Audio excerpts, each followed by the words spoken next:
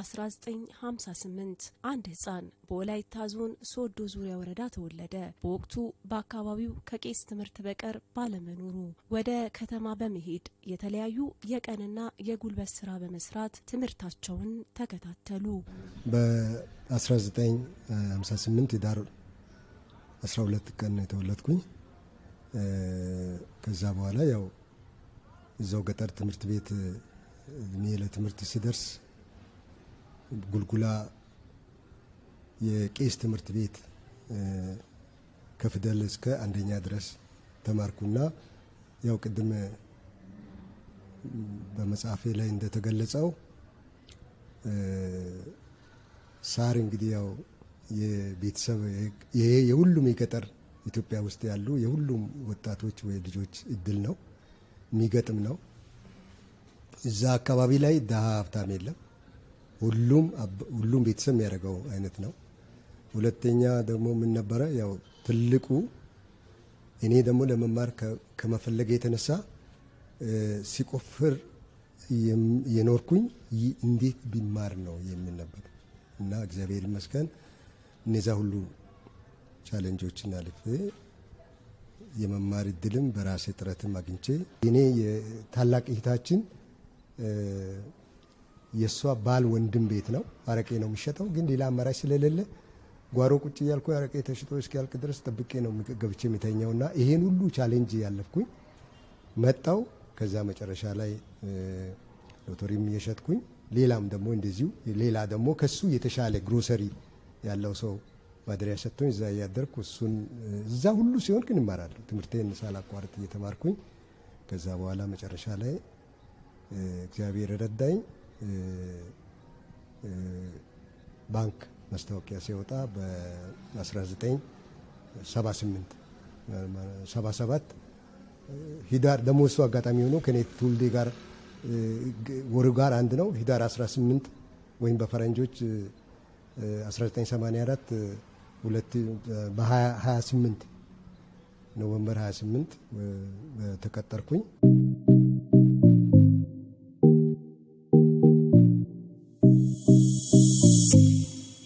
ትምህርታቸውን ሲጨርሱ በኢትዮጵያ ንግድ ባንክ የውስጥና የውጭ ተላላኪ በመሆን ስራ ጀመሩ።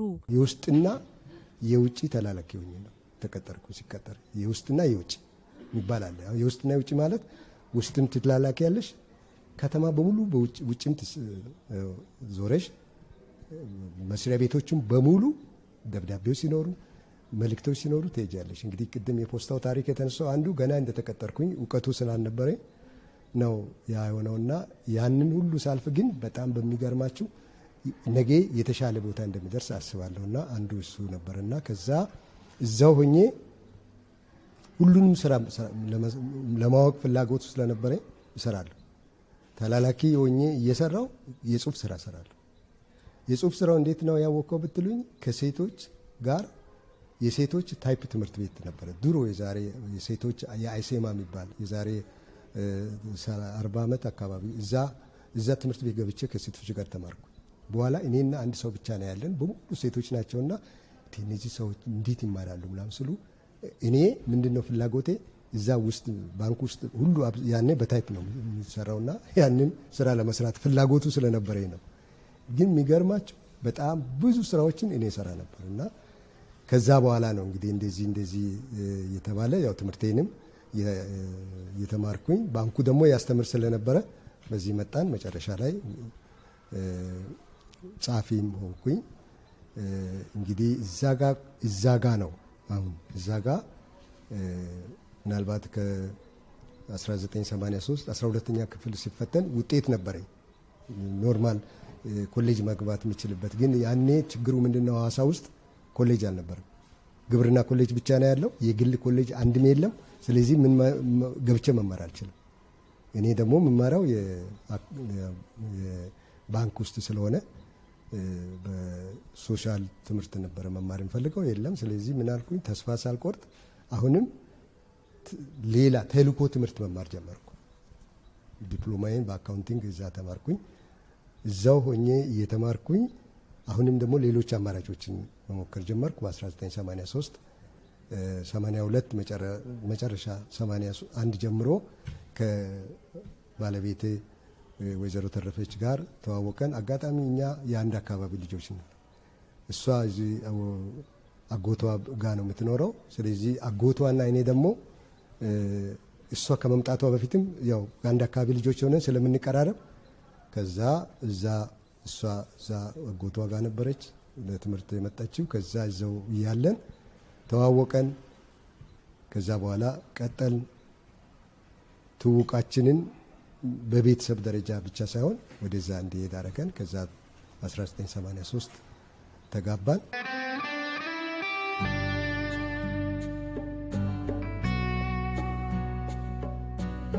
ከተላላኪነት የጀመረው የስራ ህይወታቸው በማኔጀርነት ሲደመደም ከቀን የጉልበት ሰራተኝነት እስከ ባንክ ማኔጀርነት መጽሐፍን በመውለድ ነበር። ሀሳቡ አሁን ጡረታ ወጥቶ የጀመረው ሀሳብ አይደለም። ያው ዓመተ ዕረፍት በተገኘበት አጋጣሚ እያንዳንዱን የስራ ሂደት ባለፈበት ሁሉ ይጽፋል እና አውቀዋለሁኝ። መጽሐፉን እንደ መጽሐፍ ይወጣል የምለው የኔ የሆነ ነገር እንትን ባይልም ግን አንድ ቀን የሆነ ነገር ይሆናል የምለው ነገር አለ። በእያንዳንዱ ሂደት ይጽፋል። ያው የደስታውም የሀዘኑም ተካፋይ ከመሆኔ አንጻር በተለይ 7 ዓመት ሶዶ እሱ ኖሮ እኔ ልጆች ይዤ እዚህ ያሳለፍኩበትን ጊዜ ያው የእግዚአብሔር እጅ ደግፎ ነው እንጂ የሚታለፍ አልነበረም። በአንድ ሰው ደሞዝ 2 ቦታ ልጅ ትምህርት ቤት አስተምረሽ መኖር በጣም ከባድ ነው።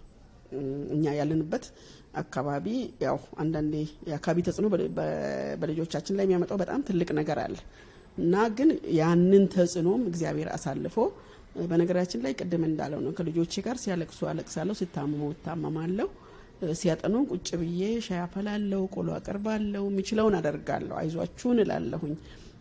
ጠዋት ትምህርት ቤት ሲሄዱ እግዚአብሔር ከእናንተ ጋር ይሁን ብዬ ነው የሚሄዱት። እነሱም ያን ቃል ካላልኩ ተመልሶ ማምዝም ማልሽን እኮ ነው የሚሉት። ከትምህርት ቤት ሲመጡ ራሴን ለማጋነን አይደለም፣ ደህና መጣችሁ ውሏችሁ ሰላም ነው ብዬ አቅፌ ስሚያቸው በር ከፍቼ ነው የሚቀበላቸውና መጽሐፍ ይወጣል ወይም መጽሐፍ ይጻፋል የምለው ሀሳብ አሁን የጀመረ ወይም አሁን እንትን ያለ ስላይደለ የሆነ ቀን እግዚአብሔር አንድ ነገር ያደርጋል የምለው ነገር ስላለ ነበር መጽሐፍ ስጽፍ። ያው የመጽሐፉ ለየት ያለ ባህሪው የአንድ ግለሰብ ታሪክ በተለይ ለዚህ አሁን ላለው ትውልድ በጣም አስተማሪ መሆኑ ነው። ራሱን ለመርዳት ትምህርት ፈልጎ ለትምህርት የተከፈለው ዋጋ የወላጆቹ ድሃ ሰዎች አልነበሩም። ሀብት የነበራቸው ሰዎች ናቸው። ንብረት ነበራቸው። አባቱ ይነግዱ ነበር እና እዛ ተቀምጦ ያንን ማድረግ ሲችል እማራለሁ፣ ተምሬ ራሴን እረዳለሁ ብሎ በጣም ዝቅተኛ ከሚባለው ስራ ጀምሮ አሁን ያለበት ደረጃ ደርሷል እና ትልቁ ነገር አቶ ፍቅሬ የወሰደው ቆራጥ ትግልና ያንን ካደረገ ደግሞ ለካ መድረስ ይቻላል እዛ መድረሱ ነው እና ይሄ ለወጣቱ ትውልድ በጣም አስተማሪ ነው ብዬ አስባለሁ።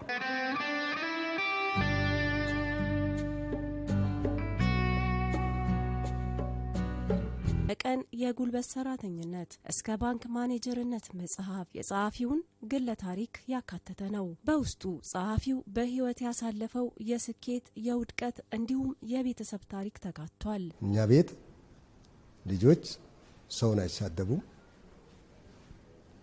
በሰው ላይ አይናገሩም፣ ምንም እንደዚህ አይነት አይሰርቁም፣ ፈተና አይሰርቁም። በፍጹም ኖር ነው እኛ ቤት ልጆቻችን። ይሄ መኮረጅ ምናምን እንደዛ አይደረግም። በጣም ኃጢአት ነው ተብሎ ነው የተማሩት እና ከዚህ የተነሳ በዚሁ መልክ ነው ልጆቻችን ቢያንስ እኛ በመጣንበት መንገድ። እነሱ የባለቤቴ ቤተሰቦች ደግሞ በጣም ጥሩ ቤተሰቦች ናቸው። እግዚአብሔር የሚፈሩ ክርስቲያኖች ናቸው ሁሉም እና ደራሲው ታላቅ ወንድሜ ባይዘው ለኛም ጭምር ሞዴል ህይወት ያለው ነው። ከልጅነት ጀምሮ በመጽሐፉ ላይ ያስቀመጣቸው ታሪኮች እውነተኛ ታሪኮች ናቸው።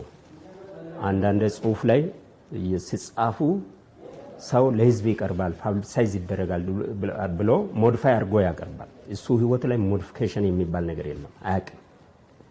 የጻፋቸው ነገሮች እና በቤታችን እሱ የኖርበት ያደገበት ከሱ ከልጅነት ጀምሮ ወጥቶ ደግሞ ሰው ሆኖ እኔ ከ11ኛ ክፍል ጀምሮ ደግሞ ሐዋሳ እንድማር እሱ ጋር አምጥቶ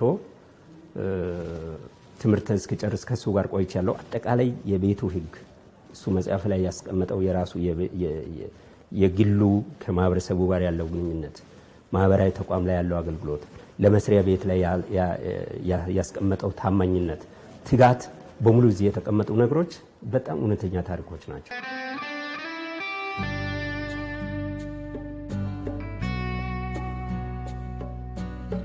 መጽሐፉ የተለያዩ የማህበረሰብ ክፍሎችን ተጋባዥ በማድረግ ነበር የተመረቀው።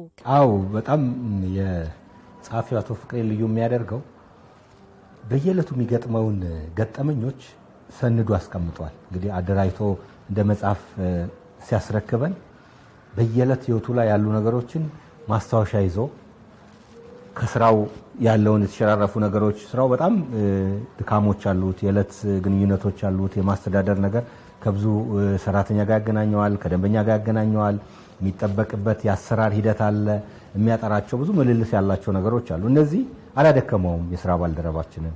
ስለዚህ ስራ አጋጣሚ በባንካችን እስከ ቅርንጫፍ ስራ አስኪያጅነት አብረው ሲሰሩ በጋራ ብዙ አሳልፈናል።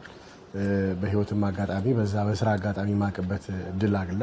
በተጨማሪ ደግሞ በዚሁ መጽሐፍ ጋር የተያዘ ቅድሚያ ማንበቡን እድል ካጋጠማቸው ሰዎች መካከል አንዱ ነኝና እንግዲህ በህይወት ልምዱ ላይ ያካበታቸውን ነገሮች በመጽሐፍ ከትቦ አጋርቶናል። ስለዚህ ከዛ አንጻር መጽሐፉን የማንበብ እድል ገጥሞኛልና ምናልባት በመጽሐፍ ውስጥ በርካታ ጉዳዮች ተነስተዋል። በዚህም ለበርካታ አንባቢያን ትምህርት ሊሆኑ የሚችሉ ነገሮች አሉ።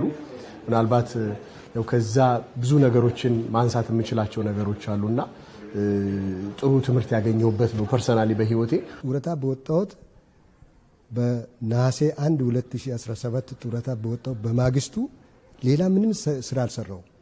ቀጥታ ወደ ቤት ሄድኩኝ። አጀንዳዬን አነሳው። በእርሳስ ነበር የሚጽፈው። ያንን የተቀመጠውን እያንዳንዱ በቀን በወር በአመት የተቀመጠውን መሰነድ ጀመርኩ። እንትኔን ፒሲኤን ወደ ሳሎን አወጣው።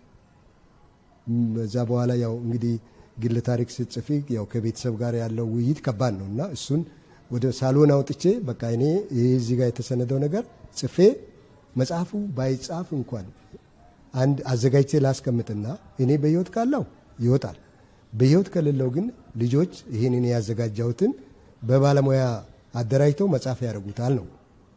ግን እግዚአብሔር እድሜ ሰጠኝ፣ ጤና ሰጠኝ። ስለዚህ ለትውልዱ የሆነ ነገር ቢያስተላልፍ ነገ ዛሬ የኛ ቀን አይደለም፣ ነገ የኛ ቀን አይደለም። ነገ ምን እንደሚሆን ከዚህ ወጥቼ አላቅም። ግን በጣም ደስ ያለኝ ዛሬ በጣም ደስተኛ ያውኩበት ምንድነው ነገ አንድ ነገር እንኳን ቢሆን ቢያንስ ለተወሰኑ አንብቦ ሊጠቀሙ ለሚችሉ ሰዎች አስተላልፌያለሁ።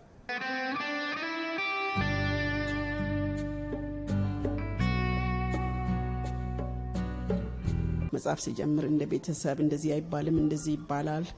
ልጆችም ይገመግማሉ፣ እኔም እገመግማለሁ። ያለፍነው ታሪክ በዚህ እንደዚህ ነው፣ በዚህ እንደዛ አይደለም እላለሁኝ። እንደገና ደግሞ በስራ ምክንያት አብሮ ካሳለፋቸው ሰዎች በጥሩም ሁኔታ በመጥፎም ሁኔታ ያለፉትን ሰዎች መግለጽ ያለብኝ በዚህ መልክ አይደለም፣ እንደዚህ ነው መሆን ያለበት። እምን ቤተሰቦቻቸው በህይወት ባይኖሩ እንኳን ልጆቻቸው ላይ መልካም በጎ ተጽዕኖ የሚያመጣ ካልሆነ ይሄ መጽሐፍ ውስጥ መግባት የለበትም የሚለውን እንደ ሀሳብም እያወራን ነው።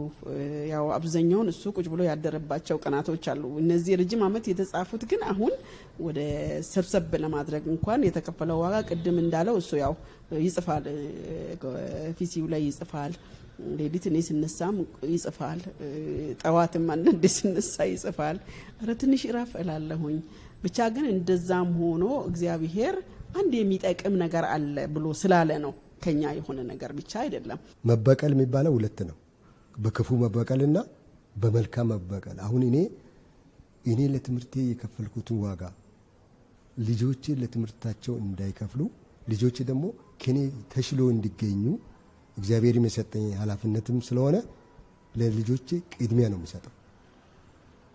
እኛ ቤት ልጆቻችን ሁል ጊዜ እኔ ከሌላ ቦታ ስመጣ የሚጠብቁት ኬክ ዳቦ አይደለም፣ መጽሐፍ ይዤ ነው የምመጣው። በቃ ሁል ጊዜ ሻንጣዬን እንትን ሲቀበሉኝ ከሶዶ ምናምን ስመጣ ይዤ የሚመጣው ትምህርት መማሪያ መጽሐፍ ነውና ያውቃሉ። ስለዚህ እኔ ኬክ ይዤ እንደማልመጣ ስለሚያውቁ እንደው አይቀየሙኝም። ጌታ ይባርካቸው። እስካሁን በዚህ መልክ ነው ልጆቻችን የተሻለ እንዲሆኑ ነው ጥረት ያደረግነው። እግዚአብሔር ደግሞ ረድቶን እግዚአብሔር አእምሯቸውን ከፍቶ ሁሉም በተማሩበት ትምህርት ትልቅ ውጤት ሆነው እግዚአብሔር ረድቶን ልጆቻችን ማስተማር ችለናል።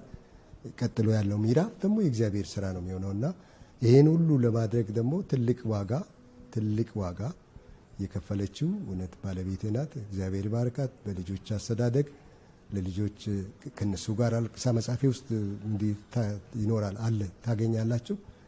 ሲያለቅሱ አልቅሳ፣ ሲያጠኑ ቀስቅሳ፣ ዩኒቨርሲቲ የለም ቤት የለም እና ይሄ ሁሉ የእሷ ውጤት ነውና እግዚአብሔር ደግሞ ለዚህ ስላበቃን እኔ እግዚአብሔርን በጣም ነው የማመሰግነው። ጌታ በጣም ረድቶኝ የተረዳው ሰው ነኝ በጌታ።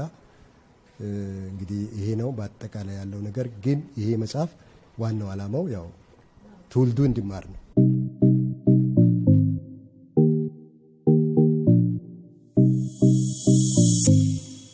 እኔ አሁን ቤተሰብ ውስጥ ታላቅ የሚከተለው ዝንባሌ ታናሾቹን ጫና ይፈጥራል። ታላላቆች ጠንካራ አንባቢ ከሆኑ፣ ጠንካራ ሰራተኛ ከሆኑ፣ ጠንካራ ነጋዴ ከሆኑ፣ ባንዲራቸውን ሀገራቸውን የሚወዱ ከሆኑ ታናናሾች እነሱን ተከትለው ይወጣሉ። ቤተሰብ ለሀገር ማገር ነው የሚባለው። የቤተሰብ ላይ የሚደረገው የቤተሰብ ግንባታ ለሀገር ግንባታ ያለውን ፋይዳ ቅድም እንደማነሳው በፍቅረ ቤት ማየት ይቻላል። ፍቅረ ቤት ላይ ህግ ማክበር ጥብቅ ነው። ህግ አለ፣ እዛ ቤት የሚተዳደሩበት ህግ አለ። መጽሐፍ ላይ የተቀመጡ ህጎች፣ መከባበር ሰው ቤት ግድ ነው። ጠንክሮ መስራት ግድ ነው። ታማኝነት ግድ ነው። እግዚአብሔርን ማምለክ ግድ ነው።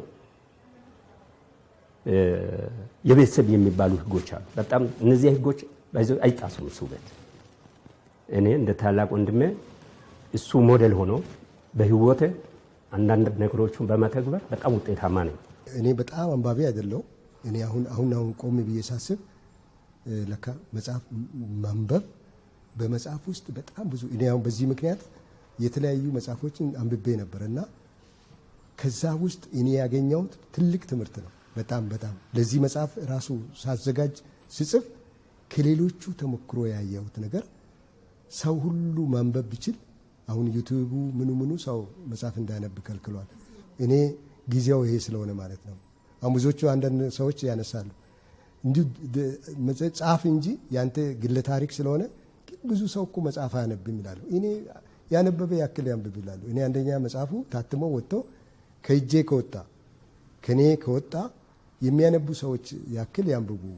ካነበቡ ጥቂት ሰዎች ያነበቡት ምናልባት ለሌላው እየነገሩም ቢሆን ያስተምራሉ የሚል ስለነበረ እና አንባቢ መሆን በጣም ጥሩ ነው።